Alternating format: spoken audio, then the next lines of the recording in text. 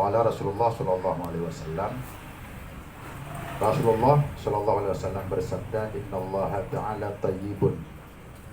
Sesungguhnya Allah itu tayyib, yang bersih, yang baik. La yaqbalu illa tayyiban, tidak menerima oleh Allah, tidak dikabulkan kecuali sesuatu yang baik. Wa inna Allah ta'ala amaral mu'minina bima amara bihil mursalin. Dan sesungguhnya Allah Ta'ala memerintahkan akan orang yang beriman dengan apa saja yang Allah perintahkan kepada para rasul. Wa qala ta'ala, maka berkata Allah, berfirman Allah, ya ayyuhar rusul kulu minat thayyibat, wahai para rasul, makanlah daripada yang baik. Wa'amilu sholihan, dan beramallah amal yang soleh. Wa qala ta'ala, dan berfirman Allah Ta'ala, ya ayyuhalladzina amanu, wahai orang-orang yang beriman, kulu min thayyibati, makanlah daripada yang baik apa saja yang telah kami rezekikan akan kamu. Summa zakara rajula yutilus safra, kemudian Rasulullah menyebutkan ada seorang laki-laki yutilus safra, yang melakukan perjalanan yang panjang, yang jauh. As'asa, yang rambutnya acak-acakan. Aghbara, lagi yang berdebu. Yamuddu yadahi ilas sama, laki-laki itu mengangkat tangannya kepada langit. Ya Rabbi, ya Rabbi, wahai Tuhanku, wahai Tuhanku. Wa mat'amuhu haram, makanannya itu daripada yang haram. Wa masrabuhu haram, minumannya juga daripada yang haram. Wa malbasuhu haram, dan pakaiannya itu juga dari yang haram. Wa ghudhiya bil haram, dan dikenyangkan laki-laki tersebut dengan yang haram. Fa anna yustajabulah, maka bagaimana dikabulkan doanya oleh Allah Subhanahu wa ta'ala. Itulah hadis yang diriwayatkan oleh Muslim, yaitu perawi yang terakhirnya yang disebutkan yaitu Muslim, berarti ini salah satu daripada hadis yang sahih. Ketahuilah wahai saudaraku, mudah-mudahan kita mendapatkan taufik Allah untuk bisa selalu taat kepada Allah. Ini merupakan hadis yang dalam hadis ini berputar aturan-aturan Islam dan tempat diletaknya segala hukum Allah adapun syariat. Maka dalam hadis ini sebenarnya ada beberapa faedah yang akan disebutkan oleh pentafsir nanti ke depan. Yang pertama, kalimat innallaha thayyibun, sesungguhnya Allah itu bersih. Arti bersih yang disebutkan, Waalaikumsalam warahmatullahi wabarakatuh, Allah bersih maknanya munazzahun amin naqsi wal khubsi. Allah tidak ada kekurangan dan tidak ada keburukan ataupun najis.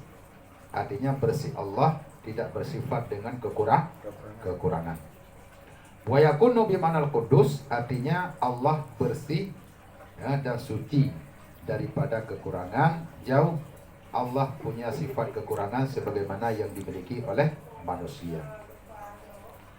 Kemudian Rasulullah SAW melanjutkan la yaqbalu illa thayyiban.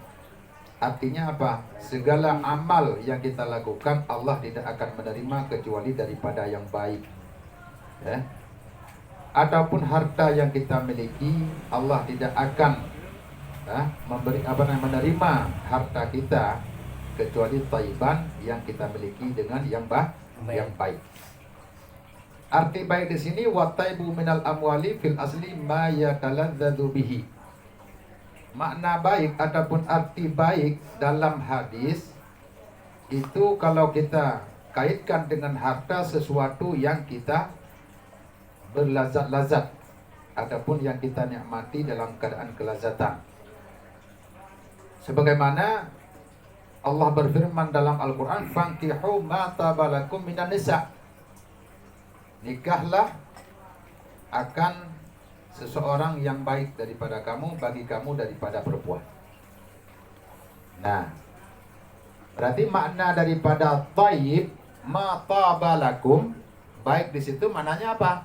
Artinya baik daripada perempuan. Maka anjuran agama untuk kita nikahi seseorang yang bersih ataupun yang baik daripada perempuan.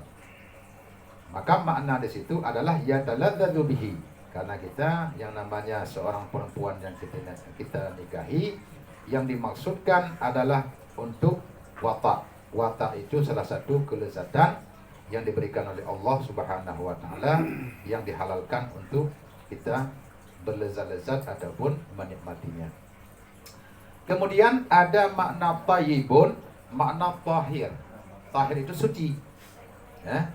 Kemudian sebagai bukti wa minhu sa'idan thayyiba. Allah menyebutkan dalam Al-Qur'an fatayammamu sa'idan thayyiba. Ya. Maka tayamamlah engkau dengan sesuatu yang baik, artinya yang suci, sa'idan tanah yang suci, artinya tahir, tidak bercampur dengan yang najis. Maka makna thayyib, suci, bersih ataupun baik, bisa kita maknai dengan makna lezat ataupun bisa kita artikan dengan makna thayyiban yang suci. Wallahu ta'ala thayyibun bihadzal makna. Allah suci kalau berdasarkan makna yang tadi, artinya munazzahun, bersih. Allah suci kama marra. Fala yaqbalu minal amali illa tahiran. Maka Allah tidak akan menerima dari hambanya segala amal yang dia lakukan kecuali yang suci. Makna suci, tahiran minal mufsidat karya wal ujub wa nawihima. Suci amal, tidak kita iringi dengan rasa ujub, rasa riya ataupun rasa takabur. Itulah yang diterima oleh Allah Subhanahu wa taala. Maka silahkan kita beramal kepada Allah, tapi kita jaga hati dan perbuatan kita harus bersih. Karena itu anjuran agama. Kalau suka kita beramal dengan yang tidak suci ataupun yang tidak baik, sudah pasti itu tidak diterima oleh Allah Subhanahu wa taala. Punya sedekah tapi dari yang haram, membantu orang daripada yang haram, ataupun berkata kepada orang yang lain dengan kalimat yang haram, itu semuanya akan menjadi fasid, akan menjadi batal dan sia-sia dan tidak diterima oleh Allah Subhanahu wa taala. Kalimat yang haram mengumpat. Maka kita mengucapkan kalimat yang tujuannya untuk mengumpat, mengatakan kepada orang lain sesuatu yang dibenci. Itu kalimat haram yang keluar daripada mulut kita. Maka salah satu daripada memelihara daripada dosa yang batiniyah, kita pelihara lidah kita, jangan sampai mengeluarkan kalimat yang haram. Ada sakit hati sebenarnya, tidak boleh kita membalas dengan yang haram ataupun dengan urusan yang sama. Kita dianjurkan oleh agama, apabila kita ingin mendapatkan kemenangan, ataupun ingin mengurangkan kalam ataupun bicara, maka apabila ada orang yang mengumpat ataupun mencaci maki kita ataupun yang mengatakan kepada kita sesuatu yang jelek, maka diamlah. Itu yang baik.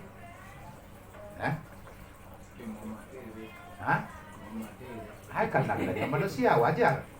Apabila ada momen ataupun ada merasa berat di hati kalau memang ada orang yang mengatakan kita yang tidak baik.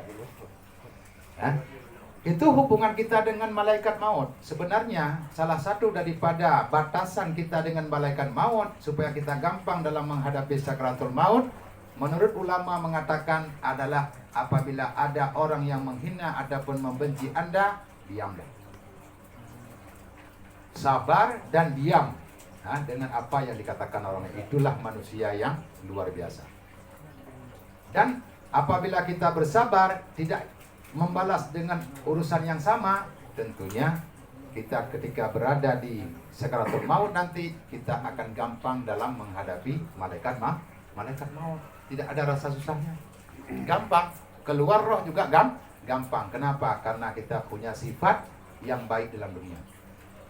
Kita sudah merasa berat dengan apa yang dikatakan oleh orang. Kita sudah merasa berat dengan dibenci oleh orang. maka nanti di sakratul maut ketika kita ditarik nyawa oleh Allah, adapun oleh malaikat, dalam keadaan kita gampang. Kenapa? Karena sudah merasa susah. Kan kemarin kita sudah mempelajari, tiap-tiap yang susah pasti ada kemenangan. Tiap-tiap yang berat pasti akan mendapatkan keringanan. Kalau berat dalam kehidupan kita, insya Allah di saat kita sakratul maut kita akan ringan, dan ketika kita berada di alam barzakh pun ringan, kita berada di hadapan Allah yaumil akhir juga dalam keadaan ringan. Inna ma'al usri yusra, tetap tidak pernah melenceng ataupun berbalik daripada aturannya. Ya, maka kita mohon kepada Allah, kita bisa menerima kalau seandainya ada orang yang mengumpat ataupun mencaci maki kita ataupun yang membenci kita, dengan kita bersabar. Tidak perlu untuk kita balas. Tapi susah. Nah, itulah karena kita nggak mau susah, sehingga yang ada sifatnya susah kita bikin jangan susah. Inilah kita manusia. Sebenarnya itu sudah merasa satu kemenangan kita dengan ada orang yang mengupat ataupun yang mengatakan kepada kita sesuatu yang jelek. Malah terima kasih sebenarnya. Alhamdulillah engkau telah mengatakan kepada saya yang jelek. Berarti kita dapat pahala, kan begitu? Alhamdulillah lempar batu. Itulah alhamdulillah di depan, tapi di belakang lempar batu, itu nggak baik. Itu samanya lebih menghina ataupun lebih mengupat juga orang lain. Ya. Jadi Allah tidak akan menerima amal seseorang itu kecuali yang suci.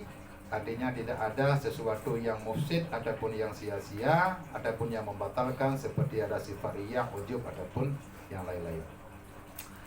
Kemudian Allah tidak akan menerima harta seseorang kecuali yang bersih. Min syawaibil haram, artinya bercampur harta dengan yang haram. Itu kalau kita artikan pada harta. Makna harta yang bersih, harta yang halal, tidak bercampur dengan harta yang haram. Maka yang kita cari adalah harta yang halal. Yang kita iringkan dalam doa pun yaitu dengan doa Allahumma rzuqna rizqan halalan thayyiban mubarakan fi. Artinya yang menjadi harta sifatnya halal, berkah dan bersih. Itu yang kita berdoa kepada Allah. Ya, kam jampu ku kiban tak boleh ku. Kalau memang sudah harta kita dalam keadaan bercampur, itu yang sudah tidak kita kenal lagi mana yang halal dan mana yang haram, maka itulah dinamakan dengan syubhat. Dinamakan dengan syubhat. Secara umumnya ulama membolehkan, tapi khawatirnya kalau kita sering dengan yang syubhat, dikhawatirkan kita jatuh dalam perbuatan haram. Selama kita masih bisa menjaga, untuk kedepannya kalau memang yang haram tetap pada bersih haram, maka silahkan, tidak perlu untuk kita bersihkan. Tapi kalau merasa kita semuanya yang kita miliki haram, maka sucikan, yaitu dengan kembali kepada yang punyanya. Oh, nggak tahu yang punyanya, berarti ya kita pakailah kepada tempat-tempat yang maslahah, bikin jalan ataupun bikin tempat umum. Kenapa? Mungkin orang yang kita dalimi itu juga pernah berjalan lewat situ, ataupun pernah singgah di tempat yang kita bikin. Akan tertutup sedikit kedaliman kita dengan perbuatan orang tersebut. Nah,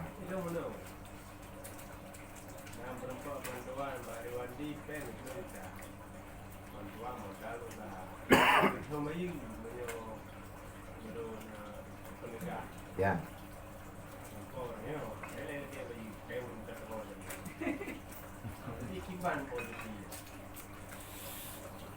Itu sebenarnya milik yang kita miliki itu sah-sah saja, dengan ketentuan harta yang kita miliki itu pada satu saat kita akan mengembalikan kepada yang punya, kan begitu. Masalah yang kasih itu seorang pejabat ataupun seorang yang yang punya harta adapun pemerintah, itu nomor dua. Maksudnya tanggung jawab kita kepada harta tersebut memang harus kita kembalikan. Sampai saat ini kita belum mengembalikan dengan faktor ataupun keadaan kita tidak tahu kemana akan kita kembalikan. Ataupun memang kita belum punya bekal untuk bisa kita kembalikan kepada yang punya. Nah, itu semua tidak akan berubah harta yang kita miliki itu kepada sifat yang lain ataupun kepada haram, tidak. Tetap pada posisi halal. Cuma kita harus mengakui itu terikat dengan hutang. Berarti kita masih menganggap itu adalah hutang. Satu saat memang wajib kita kembalikan. Minimal kalau memang kita ingin tidak mengembalikan, kita luruskan dengan yang punya hutang. Siapa yang kasih kemarin? Oh, Pak Irwandi. Tanya kepada Pak Irwandi, kemarin pernah Bapak kasih saya uang 4 juta. Itu bagaimana bentuknya? Kalau kemarin Bapak bilang harus saya bayar dalam jangka 4 tahun, untuk sekarang bagaimana? Kalau beliau mengatakan ya udah saya ibaratkan, adapun saya lepaskan, udah selesai kita, nggak ada masalah. Berarti ini masih ada orang yang bisa untuk kita konsultasi, adapun yang bisa kita luruskan masalah. Yang capeknya kita meyakini ada harta yang haram ataupun yang zalim, tetapi orang yang bersangkutan tidak kita kenal. Ini capek ini. Urusannya. Nya mana ada bayi-bayi akhirnya mau kemana mau? Mau kemana? Jadi tak mau kemana? Enggak boleh, karena orang yang bersangkutan masih hidup. Ya? Orang yang bersangkutan masih hidup. Wallahu a'lam, itu terserah. Masalah dia mau bawa kemana, itu urusan dia dengan Allah, dan urusan dia dengan pemerintah. Yang penting walaupun dari pemerintah, kalau memang ada ketentuan untuk bayar, tetap harus terbayar. Dan itu harus kita maklumi ya. Kita pahami kalau memang kita berhutang dari harta yang umum itu lebih capek daripada kita berhutang secara pribadi. Kalau hubungan kita sesama pribadi berhutang, mungkin kalau kita zalimi cuma 1 orang. Tapi kalau walaupun meninggalnya jadi bayi banyak bisa melalui waris ya. Adapun siapa saja yang ada sangkutannya. Tapi kalau harta umum, misalnya kita ngambil harta anak yatim ataupun berhutang dengan harta anak yatim. Ini kita sangkut pautnya bukan 1 orang, tapi semua anak yatim yang berhak untuk memiliki harta itu ada sangkut paut kita, ada dosa kita sama mereka. Nah ini hati-hati. Maka permasalahannya yang umum lebih berat untuk tanggung jawab daripada yang pribadi. Memang niat untuk mengembalikan harus ada. Minimal kalau memang sudah masa waktunya 4 tahun, berarti kita kan sudah jatuh tempo kan? Sudah sampai waktu jatuh tempo. Maka sekurang-kurangnya kita luruskan. Walaupun memang dulu dalam lafaz adalah hutang, siapa tahu kalau sekarang itu digerakkan dan jadi satu faedah. Memang bantuan modal usaha wakilnya dihutangkan, memang bantuan untuk rakyat karena dihutangkan. Ya, artinya tidak dihutangkan, silakan untuk berbuka. Kalau untuk pertanyaan, rumah laki fotokopi KTP yang modal usaha, nah yang lo Honda macam-macam. Gak Honda itu kemari. Nah yang pribadi, jadi macam-macam memang modal KTP untuk fotokopi KTP, pengen Republika. Memang butuh bantuan masyarakat, kan tentunya. Kalau memang itu bantuan masyarakat, kita bahagian daripada bantuan, daripada masyarakat yang membutuhkan, tidak ada masalah berarti. Kalau memang jelas itu perkaranya, ini masalahnya yang kita sudah menandatangani ataupun kita menyetujui kalau itu memang dihutangkan. Seperti contoh ada uang BAS, Badan Amal Zakat. Kadang-kadang nggak langsung dikasih kepada yang bersangkutan, tapi diberikan jumlah yang tertentu untuk diputar. Adapun untuk di niaga untuk beli barang kemudian jual kemudian dapat untung, nanti untung itu kita kembalikan lagi kepada BAS. Tahu dulu kan orang berhutang memang bantuan untuk masyarakat. Yang kapui baju ngun kali na. memang itu undang usaha. Kena masa-masa pondok proposal lah. Ya, ya. Enggak, Ya. Jadi dong nak usahanya mau pelai modal lah. Ya, yang pasti begini, ketentuannya kalau memang yakin dengan hubungan kita mengambil uang tersebut kepada halal dan tidak dihutangkan, maka nggak perlu pikir untuk bayar. Kalau yakin seperti itu, Makanya tanggung bere. Ya, bandar, tanda dengan saya yupeng yang tadinya yo modal usaha lagi yo utang itu akan terus awalnya awalnya sih. tapi ketika menandatangani itu gimana ketentuannya? Memang kan ada dakwah pedoman, ya? Ada dakwah pedoman karena memang keterangan dia memang hanya jelas, ya. Jadi kalau permasalahan yang seperti itu, anggaplah itu adalah itu subhat. Anggaplah subhat. Kalau kita anggap itu halal sepenuhnya, nah, siapa tahu yang bersangkutan nanti masih menagih. Itu juga akan kita harus kembalikan. Memang harus kita kembalikan. Oh, yang tadi. Kan pengen wadanya nah itu untuk puluh juga. Ya. Yang ipunan dengan putam, kita yang masyarakatnya banyak lebih hati-hati gitu kan. Ya. Ya, dengan daerah kamu ibi bijak kacang ini tu jo sengkoi mandung pulau. Nah, ipegah putam pakanya lebih agak jaga. Tiada tiga ibi ya. Karena hotelnya kan balik. Ibi umur lah. Kalau memang langsung mengatakan ini haknya, tentunya kan lebih gampang dalam penggunaannya. Itu bahaya kan? Punya ada gratis dan si hana pertimbangan aku. Kuku yang dia dah tak tepot. Hana beban. Minta kat 3 minggu je dah apa. Lagi lu. Orang je hitangnya bapak dan doa kan. Kawin kampung, jadi macam doa kadon. Beu lepas dah kete. Dia mau dapat belum? Ya lah. Tembakau. Ya mana sih? Dengan lain itu ayam, mau kayak mana? Naya limon. Tiga mau adanya yang kambing limon ya nih tipis itu yang tembakau itu limon lah. Kalau lagi lu itu bersih dan jauh apa? Lain kalau ayat itu lah. Ya. Kasih ayah. Berarti kena bentuk proposal ya. Proposal. Kasih ayah, kasih ayah. Nah yang dah ilong tu, rara kami yang tu dah. Apa yo lagi tunggu pembukaan undang-undang bibi tunggu pun. Kan menyatakan barokon nasi beredar pempeng lagi nya memang hanai putang sama tu. Ana. Mana? Hanai putang. Yang Ino bantuan so desa. ino balai mana bibi nak belum apa. Ya, hotelnya nunggu nalu yang pun 2008 lu nalu dia. Itu memang anak kita. Mana dia mampu. Ya. Jadi gampang dalam broken tak pakai peng kan.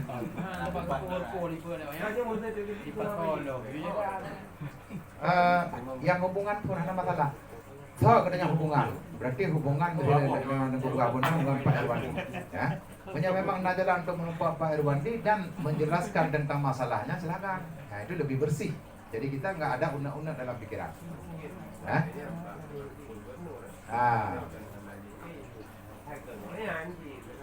Adapun memang menggantau menjadi gubernur dan kan bawahan lain yang menggantau pada tempatnya. Orangnya melalui dinas po yang ada nyoco. Oh, dinas syariah. Berarti dinas walain dinas syariah. Dia ada tempatnya memang yakinnya ada daerah. Nah, yakin itu hartanya ada milik daerah yang ada pakai lidahnya. Daripada lidahnya menyahana tak pedupat, artinya hana tak pegat penjelasan dalam halnya lidahnya mengikat dengan umum. Karenanya ada masyarakat. Ya, maka tak berani itu keputusan nama. Ya, lagi urang cua peng perken urang cua peng pesantren ataupun peng belasah macam apa ini atau umum lah makanya lebih berat mengikat itu daripada katanya ada pribadi kan artinya harus ada pribadi yang bawa belasah di banjir dah bawa belasah sama itu punya menasah punya wakaf ada umum punya wakaf memang kalau memang kita punya hak kita bahagian daripada mauquf alaih itu nggak ada masalah tapi kalau kita bukan mauquf alaih kepada yang diwakafkan maka tetap kita tidak boleh lo jauh muda tengah malam lo betul muda ada mata ada wakaf pun Ada mata berarti 60 mata. Dah bagus. Nyam kumat saya akhiran ku. Hai, menau tu je.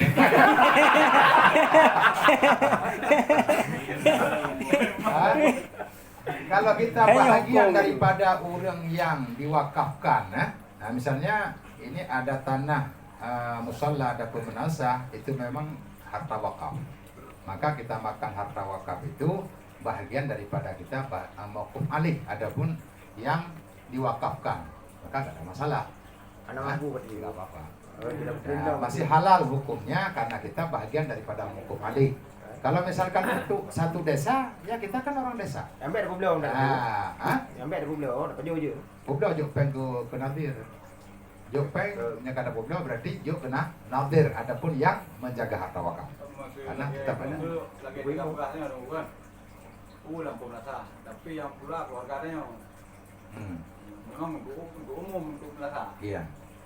Kalau memang kita menanam sesuatu pada tempat wakaf, itu bahagian daripada wakaf. Ya. Kenapa kita rela menanam sesuatu itu di tempat wakaf, adapun di tanah wakaf? Ya berarti resikonya itu bukan milik kita tapi milik wakaf. Tapi nanti jangan tunggu umum. Lagi di kampung tanya bang dan abang itu pula. Ke, ni lampu masa tadi. Angku dapat Najib pula. Panel. Ya itu boleh. Panel. Ikut. Ya, berarti siapa saja yang menanam sesuatu pada tempat wakaf, maka sesuatu itu menjadi hak wakaf. Berarti hak bersama. Kalau ada orang yang yang mengambil, kita nggak boleh marah. Kenapa? Karena itu hak bersama karena beradanya di tempat wakaf. Kalau memang tanahnya wakafnya kepada yang umum. Kalau tanya mak tunggu imam tunggu ulung yo leu lampu jauh muda lampu melasa.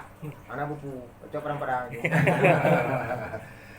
Apalagi kalau memang kita minta izin, itu lebih bagus. Tapi ada kali.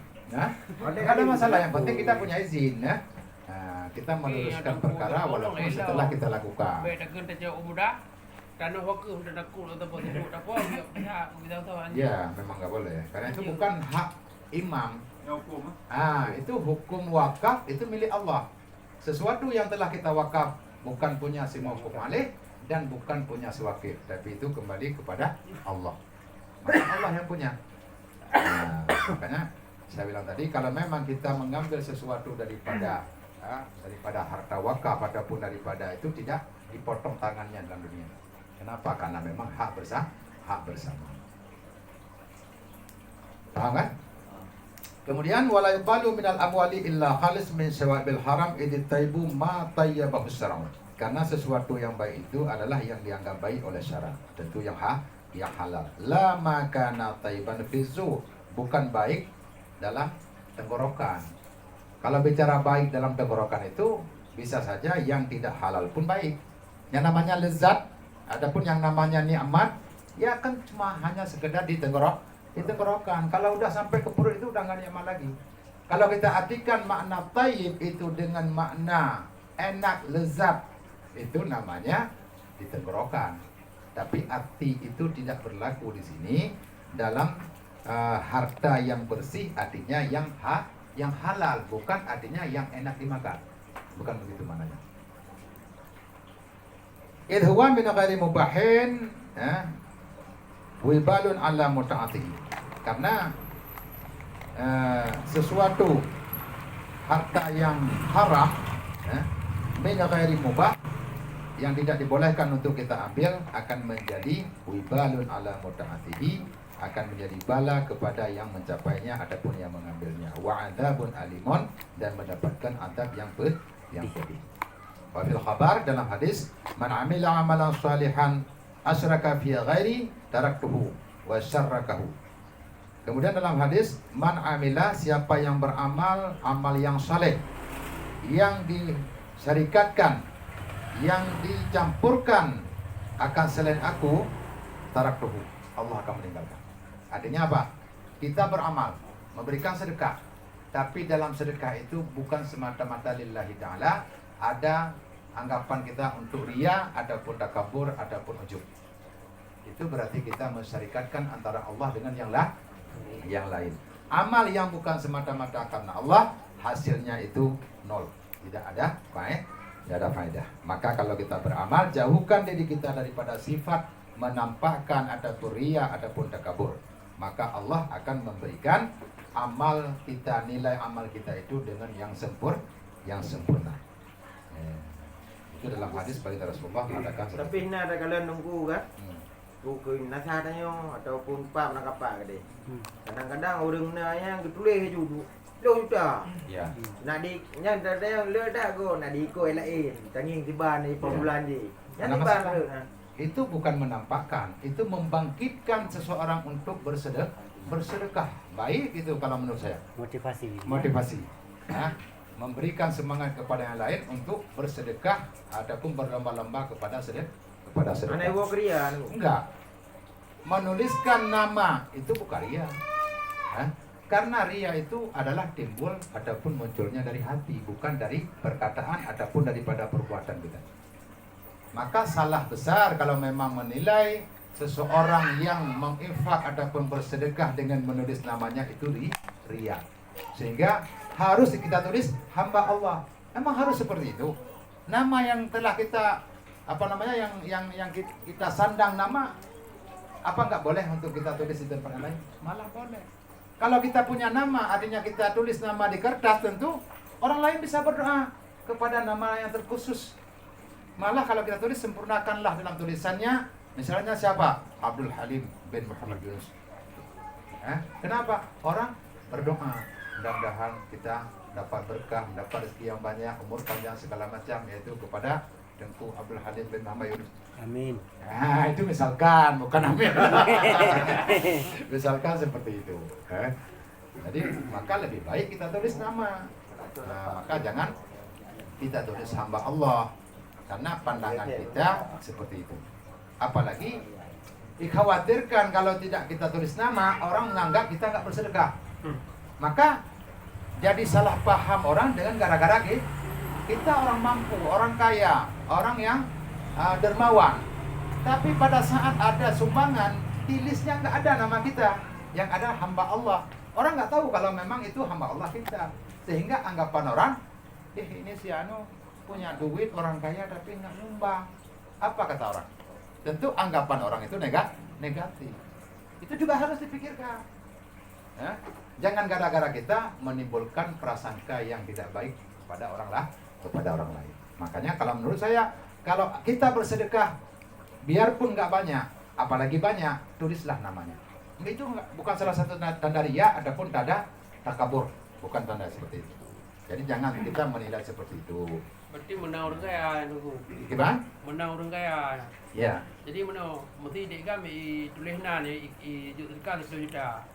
Keun kamu sambung tadi nyan je pegah hamba go. Nyang kamu pala ji. Ya. Hanai pegah tepu je hamba Allah tagai. Ya. Tepu ke dek kang peng, dek kang tak jai peng. Tapi menteri kang menteri mang hai je. Ya. Kada syarneo ti. Ya. Jadi kemenang ji. Ya. Emang nan Mendung menang. tulis nan tak pegah haji thamba. Menang ji? Hanai tulis tak pegah haji krita. Jadi wiung dengan je berapa? Itu kan baru anggapan. Ya. Ini pertimbangannya mana yang lebih baik. Kalau kita bersedekah, kita tulis nama ataupun tidak kita tulis namanya. Mana yang lebih baik? Ini kan jadi persoalan. Saya jawab yang menurut saya ini lebih bagus ditulis namanya daripada tidak. Karena kalau enggak kita tulis namanya, banyak efeknya. Bisa salah anggapan orang, adapun penilaian orang, karena dianggap kita enggak bersedekah. Kan begitu. Jadi gara-gara kita tidak tulis nama, sehingga dosalah orang dengan anggapan yang negatif. Padahal punya dipikirkan gara-gara gedanya, udah jika bro ati, ada kan gedanya tak bro ti, karena gedanya hanya tulisan, sehingga ati bro ji hampir gedanya ti. Maka dengan kita tulis nama, orang juga mungkin bisa berdoa kepada kita yang menulis nama. Kalau nggak tulis nama, orang nggak tahu mau berdoa kepada siapa. Ya, kesau ini berdoa, hanya menampi kepada hamba Allahnya, hanya cocok. Ya. Maka menyegedenya dalam doa tentu kepada nama yang terkhusus dan bin yang benar. Nah, jadi baru lebih tepat kita dalam berdoa kepada orang lain. Maka dalam hal bersedekah, kalau menurut saya tulis nama itu lebih baik daripada tidak menulis. Nah, kalau kita bilang sombong, tidak ada sama sekali. Dengan kalimat adapun dengan nama yang kita tuliskan pada kertas, apakah orang itu dianggap sombong? Tidak. Adapun menampakkan sedekah, tidak. Kecuali memang hatinya seperti itu. Tujuan menulis namanya di kertas untuk menampakkan kepada orang lain kalau dia itu ahli sedekah. Kalau sedekah nggak tanggung-tanggung 10 juta. Nah, kalau dalam hatinya seperti itu, nggak perlu kita nilai juga salah dengan Allah. Walaupun kita tidak menilai seperti itu, tapi dia tetap salah dengan Allah. Sedekahnya tidak akan dikabulkan oleh Allah. Nah, paham kan? Allahu a'lam bishawab. Mudah-mudahan kita semua dijadikan oleh Allah menjadi ahli sedekah, walaupun memang kita sedekah dalam bentuk yang sedikit, karena